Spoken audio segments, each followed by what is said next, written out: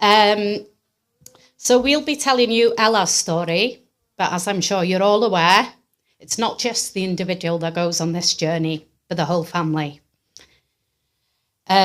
Just before we start, can I just explain that English is our second language? So if you have any questions for the girls, they don't feel confident enough now, they will chat to you on an individual basis later on. Right, so let's take you back to the beginning. January 2019. Ella had not been herself for quite some months, and she was following symptoms. She was showing signs of the following symptoms. Ella was very fatigued, very tired. She would sleep in the strangest of places. You could be walking around Tesco's and Ella would be like in a shopping trolley. Okay. Vomiting. This would happen in the middle of the night in her sleep. Okay, which is quite scary for parents when you hear your child choking. Okay, so that was quite a scary thing. Headaches. She would constantly tell us about headaches, but she was too young to explain, and we were like, headaches? What? We didn't know, but she was always talking about them. Loss of appetite, weight loss, and she just looked pale and just didn't look herself, you know. And then the sight loss.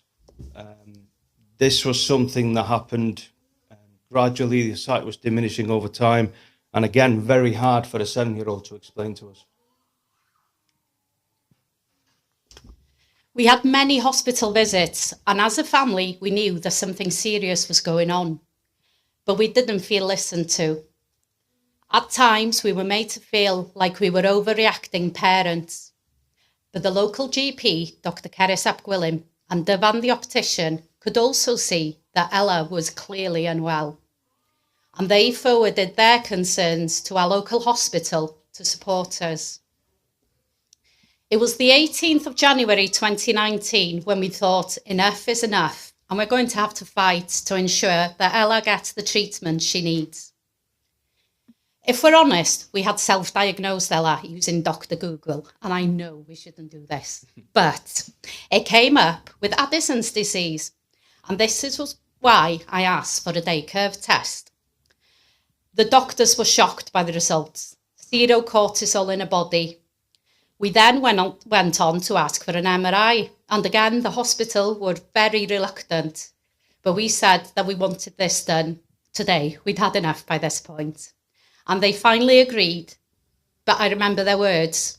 They said, we'll do it, but you're wasting our time, and this scan will show nothing. We were then called to a room for the results, and this was the day our lives changed forever. And I'll never forget the doctor's words. What happened? What changed? What did you not tell us about? At this point in time, all they could tell us was that they had found a tumour on her pituitary gland, and that they were waiting on Alder Hey to decide what the next course of action would be. So the next day we travelled to Alder Hey, where it was confirmed that Ella had a craniopharyngioma. A new word for us then. That needed operating on quite urgently. She had transphenyral surgery on the 24th of January, which was a success, and then saw us back home within a couple of weeks later, sorry. Unfortunately, less than 3 months post-op, Ella was experiencing similar symptoms yet again. We took her to our local hospital in Bangor, and again, we were made to feel as if we were wasting their time. We were told that every child has a headache. Her tumour is slow growing, and it's impossible for it to grow back so quickly. We weren't happy with this response, and we called Alder Hey, who asked us to come in straight away for an MRI scan. So fortunately, that MRI scan showed that the tumour had returned, but this time was inoperable, and Ella would need proton beam therapy. Now, at the time, that was not available in the UK for kids.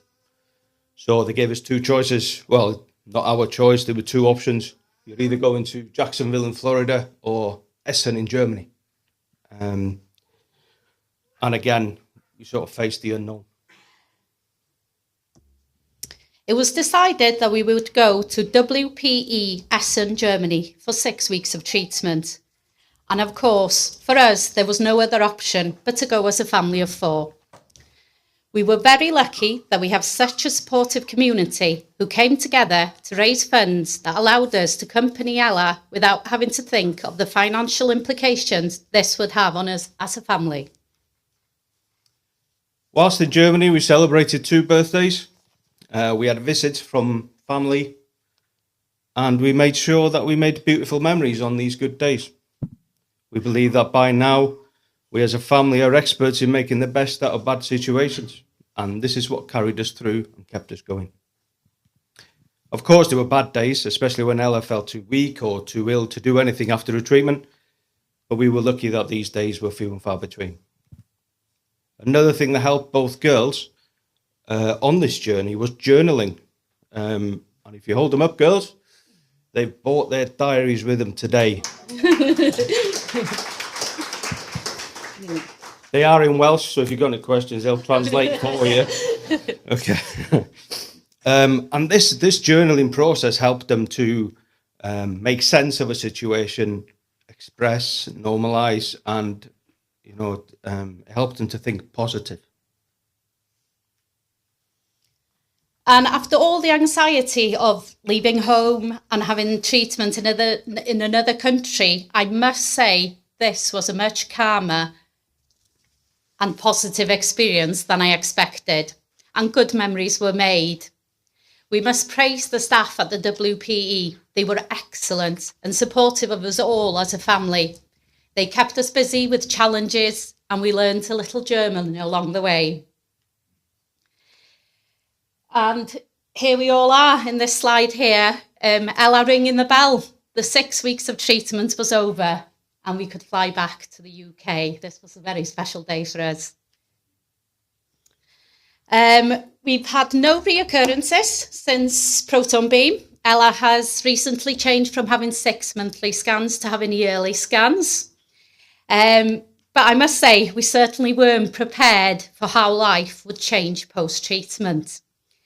Ella is living with adrenal insufficiency, like others I've heard today, replacing all hormones with medication, which she'll need to be on for the rest of her life. Fatigue is Ella's main symptom, and this is a struggle for her every single day. Again, adaptations are made in school and at home. I feel we have to fight for these changes to be made and for these things to happen. But I want to end on a positive note, and we're very grateful to Professor Blair from Alder Hey, who's prescribed dexamphetamine approximately 6 months ago now, and this has been a game changer, hasn't Ella? Yeah. Ella's not missed 1 day of school this half term. Her attendance last half term was 64.5%, and we're 100% now. It's given her the energy, the motivation. She feels more focused. She's lost a stone in weight, and she is feeling the best she's felt in the 7 years, really. We'd also like to thank Success Charity and Keith the physio, who keeps Ella motivated every single week, keeps her going. We feel we're in a much better place now. So thank you very much for that. Diolch yn fawr iawn am wrando. Thank you.